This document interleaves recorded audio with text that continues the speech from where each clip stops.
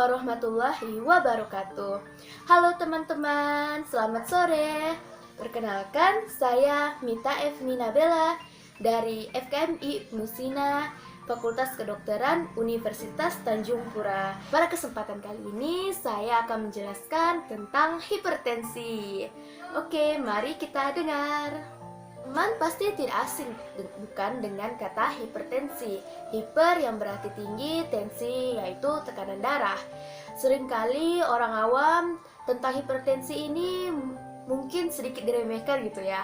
Banyak kali orang tidak menyadari bahwa penyakit ini nih diam-diam mematikan, silent killer. Jadi kita harus mengetahui terhadap hipertensi dan mengenal hipertensi lebih lanjut. Sesuai namanya, hipertensi berasal dari kata hiper dan tensi yang menandakan bahwa tingginya tekanan darah. Apa itu? Tekanan darah adalah suatu gaya yang diberikan oleh darah terhadap dinding pembuluh darah. Nah, teman-teman pasti tak asing bukan dengan rumus fisika tekanan, yaitu yang dikenal dengan P.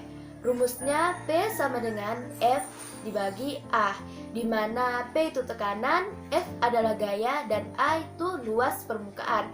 Nah, di sini konsep ini sama juga dengan konsep yang pada tekanan darah, di mana P itu adalah tekanan darah dan F itu adalah gaya yang diberikan oleh jantung. Gaya oleh darah. Kemudian A-nya adalah luas permukaan darah. Jadi semakin kecil permukaan darah, maka tekanan yang diberikan akan semakin besar. Apa saja faktor risiko dari hipertensi? Yang pertama yaitu gen atau riwayat keluarga. Apabila orang tua kita mengidap hipertensi, maka kita memiliki faktor risiko sebesar 25%. Yang kedua yaitu IMT yang lebih dari 30 atau yang termasuk dalam golongan obesitas. Obesitas ini seringkali dihubungkan dengan penimbunan lemak pada pembuluh darah. Lemak-lemak ini dapat mengakibatkan sumbatan pada pembuluh darah atau mengecilnya pembuluh darah yang pada normalnya jika sebesar ini terjadi sumbatan dia semakin kecil, tersumbat pembuluh darahnya mengakibatkan tekanannya juga semakin meningkat. Kemudian yang ketiga yaitu jenis kelamin. Kenapa? Karena pada wanita yang belum menopause ini dilindungi oleh kadar estrogen. Kadar estrogen ini dapat meningkatkan kadar HDL. HDL itu lemak baik yang dapat mencegah terjadinya pembentukan aterosklerosis.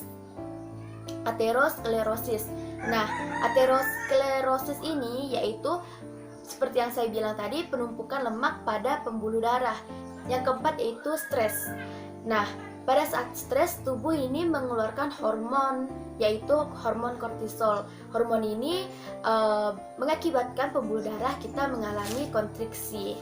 Yang kelima yaitu olahraga. Keenam itu konsumsi garam.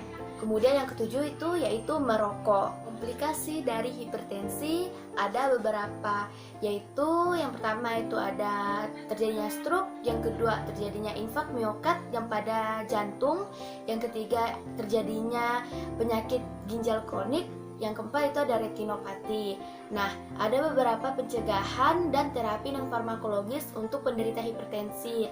Yang pertama, apabila tadi disebutkan bahwa jika seseorang mengalami berat badan berlebih, maka turunkanlah berat badan tersebut.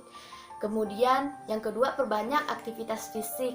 Yang ketiga yaitu kontrol makanannya, kurangi asupan natrium. Nah, dari beberapa hal tersebut sebenarnya nih Islam dan Rasulullah ini sudah mengajarkan ada beberapa terapi dan pencegahan yang sederhana. Yang pertama yaitu dalam Islam kan kita disuruh untuk menahan amarah. Kualitas imannya seseorang itu terlihat pada bagaimana dia marah atau menahan marahnya.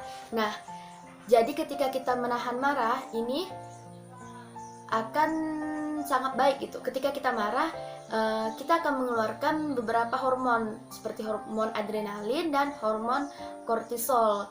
Nah, hormon adrenalin ini akan mengakibatkan detak jantung yang semakin cepat, dan hormon kortisol ini mengakibatkan konstriksi atau mengecilnya pembuluh darah. Jadi ketika kita menahan marah, maka kita tidak sedikit mengeluarkan hormon-hormon tadi gitu.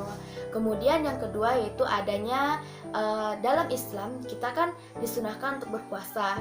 Ada puasa wajib sebulan penuh, yaitu puasa Ramadan dan puasa-puasa sunnah lainnya seperti Yaumul Bid, puasa Senin Kamis, puasa Daud. Nah, puasa ini pada penelitian, banyak sekali penelitian yang sudah dilakukan, dapat teman-teman cari gitu di literatur terutama yang bahasa Inggris, bahwa para peneliti ini menemukan kejadian hipertensi pada puasa Ramadan ini menurun secara konsisten gitu pada perlahan daripada orang-orang yang tidak berpuasa. Nah, itu semoga informasi mengenai hipertensi yang saya jelaskan dapat bermanfaat bagi teman-teman. Kurang dan lebihnya saya mohon maaf, semoga bermanfaat. Akhir kata, assalamualaikum warahmatullahi wabarakatuh.